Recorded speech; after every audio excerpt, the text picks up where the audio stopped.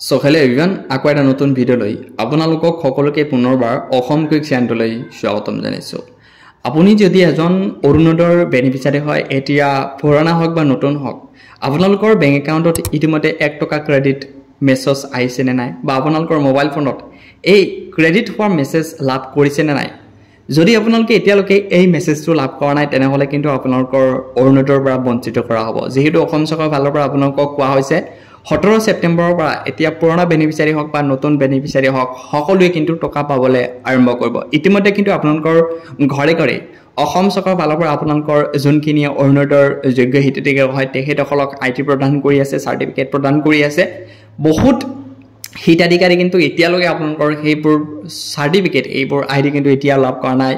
লগতে বেংকৰ ফালৰ পৰা যদি সেই 1 টকাৰ ক্ৰেডিট হোৱাৰ এছএমএছটো পোৱা নাই তেনেহলে আপোনালোকে কি কৰিব লাগিব সবিশেষ আজিৰ এই ভিডিঅ'ৰ শেষলৈকে জানিব পাৰিব। যদি আপোনালোকে এইটো চেনেলত প্ৰথমবাৰ পাইছে চেনেলটো সাবস্ক্ৰাইব কৰিব, বেল আইকন টিপি অল কৰি দিব যাতে এনেকুৱা ইনফৰমেটিভ ভিডিঅ' আপোনালোকে অতি সোনকালে পাই যায়। সো বলক ভিডিঅ'টো আৰম্ভ কৰোঁ। আপোনালোকে হয়তো গম পাই যে অসম চৰকাৰৰ ফালৰ পৰা কোৱা হৈছিলে যে 17 সেপ্টেম্বৰৰ ফালৰ পৰা আপোনালোকক যোনখিনিয়ে অৰুণোদয় নতুনকৈ আবেদন কৰিছিলে বা পুৰণা হিতাধিকাৰী আছিল তেখেতসকলে ডিজিটেশ্যন প্ৰচেছত যাব লগা হৈছিলে, আকৌ তেখেতসকলে নথিপত্ৰ জমা দিব লাগিছিলে। সো সেই মৰ্মে অসম চৰকাৰৰ ফালৰ পৰা ঘোষণা কৰিছিলে যে আমি অৰুণোদয়ৰ পুৰণা হিতাধিকাৰীক 3 মাহৰ কাৰণে হল কৰিম আৰু 3 মাহৰ পিছত অৰ্থাৎ সেপ্টেম্বৰ মাহৰ 17 তাৰিখৰ পৰা আমি কি কৰিম নতুন আৰু পুৰণা সকলো মহিলাসকলক কি কৰিম অৰুণোদয় আঁচনি বেংক একাউণ্টত সোমাই দিম।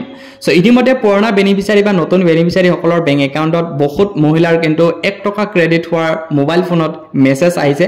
আপোনালোকৰ মেছেজ যদি আহিছে তেনেহলে আপোনালোকে একো চিন্তা নকৰিব, আপোনালোকৰ অৰুণোদয়ৰ কি হৈছে নামটো অন্তৰ্ভুক্ত হৈছে।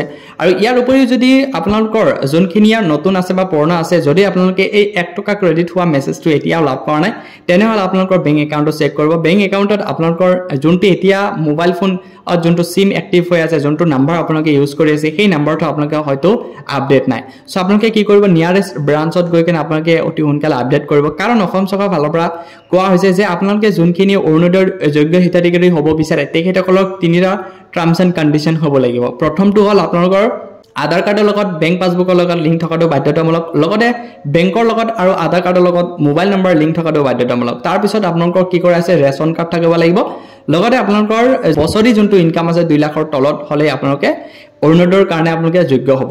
সো এতিয়া বহুতে কৈ আছে যে ইতিমধ্যে কিন্তু অসম চৰকাৰৰ ফালৰ পৰা যোনখিনিয়ে যোগ্য হিতাধিকাৰী যোনখিনিয়ে পুৰণা যোগ্য হিতাধিকাৰী আছে তেখেতসকলৰ 3 মাহৰ কাৰণে স্থগিত কৰা হৈছিলে কাৰণ ডিজিটেশ্যন প্ৰচেছ আৰম্ভ কৰিছিলে। সো ডিজিটেশ্যন প্ৰচেছ যেতিয়াই প্ৰচেছটো কমপ্লিট হৈছে ইতিমধ্যে যোনখিনিয়ে সঁচাকে যোগ্য যোনখিনিয়ে সিলেকশ্যন হ'ব পাৰিছে তেখেতসকলক অসম চৰকাৰৰ ফালৰ পৰা কি কৰাইছে ঘৰে ঘৰে গৈ তেখেতসকলৰ অৰুণোদয়ৰ চাৰ্টিফিকেট লগতে অৰুণোদয়ৰ ফৰ্মৰ লগতে এখন ৰন্ধন গেছৰ ফৰ্ম দিয়া হৈছে আৰু সেই ফৰ্মটো ফিল আপ কৰিলে আপোনালোকক এক্সট্ৰাকৈ 250 টকাকৈ আপোনালোকৰ বেংক একাউণ্টত লাভ কৰিম বুলি অসম চৰকাৰৰ ফালৰ পৰা কোৱা হৈ আছে।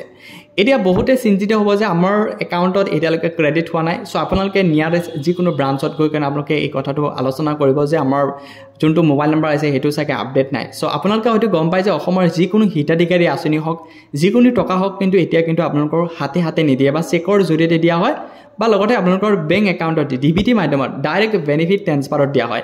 এই ডাইৰেক্ট বেনিফিট ট্ৰান্সফাৰ যেতিয়াই আপোনালোকে লাভ কৰিব বিচাৰে তেতিয়াহ'লে আপোনালোকৰ বেংক একাউণ্টৰ লগত আধাৰ কাৰ্ড লগতে আপোনালোকৰ আধাৰ কাৰ্ডৰ লগত আৰু মোবাইল ফোনৰ যোনটো নাম্বাৰ ইউজ কৰি আছে সেইটোৰ লগত আপোনালোকৰ লিংক থাকিলেহে আপোনালোকে এনেকুৱা আপডেট বা এনেকুৱা মেছেজ আপোনালোকে লাভ কৰিব। যোনখিনিয়ে বাৰু আপোনালোকৰ মেছেজটো লাভ কৰিছে তেনেহ'লেতো আপোনালোকৰ একো চিন্তা নাই, আপোনালোকে হয়তো অৰুণোদয় 3.0ত আপোনালোকে চিলেকশ্যন হ'ব পাৰিছে। আৰু যোনখিনি আপোনালোকৰ মেছেজটো লাভ কৰা নাই অতি সোনকালে আপোনালোকে নিজৰ ব্ৰাঞ্চত আপোনালোকৰ কণ্টেক্ট কৰিব। সো এতিয়া বহুতে প্ৰশ্ন কৰিব সঁচাকৈ আপোনাৰ 17 সেপ্টেম্বৰত আমি অৰুণোদয় 3.0 টকাটো লাভ কৰিম নেকি। যিহেতু অসম চৰকাৰৰ ফালৰ পৰা কোৱা হৈছে যে 17 সেপ্টেম্বৰত যোনখিনিয়ে অৰুণোদয় 3.0ত নতুনকৈ আবেদন কৰিছে বা পুৰণা সকলে যেহেতু ডিজিটেশ্যন প্ৰচেছ তেখেতসকলে নতুনকৈ নথিপত্ৰ জমা দিছে সকলো মহিলাসকলক কি কৰা হ'ব 17 সেপ্টেম্বৰৰ ফালৰ পৰা অৰুণোদয়ৰ টকাটো আৰম্ভ কৰা হ'ব। আৰু এই অৰুণোদয়ৰ টকাটো যেহেতু 3 মাহৰ কাৰণে বন্ধ কৰিছে বহুত মহিলাৰ প্ৰব্লেম হৈছে, বহুতে প্ৰশ্ন কৰি আছে। আপোনালোকে একো চিন্তা নকৰিব, মাজত মাত্ৰ 3 দিন বাকী। এই 3 দিনৰ পিছতে আপোনালোকে গম পাব সঁচাকৈ আপোনালোকৰ সেপ্টেম্বৰ মাহৰ 17 তাৰিখত আপোনালোকে লাভ কৰিব নে নাই। যেহেতু অসম চৰকাৰৰ ফালৰ পৰা কোৱা হৈছে যে আমি সেপ্টেম্বৰ মাহত আমি জাষ্ট অৰুণোদয় 3.0 আৰম্ভহে কৰিম। এতিয়া যদি তেখেতসকলে ভাবে যে আমি অক্টোবৰৰ 10 তাৰিখৰ পৰা আমি কি কৰিম অৰুণোদয়ৰ সকলো বেনিফিচিয়াৰীলৈ বেংক একাউণ্টত ট্ৰান্সফাৰ কৰিম সেইদিনে আপোনালোকে গম পাব। নিশ্চয় আপোনালোকক এই আপডেটটো দিবলৈ মই চেষ্টা কৰিম, যেতিয়া মোৰ হাতত 100% জেনুইন আপডেট আহে আপোনালোকক জনাবলৈ মই চেষ্টা কৰিম।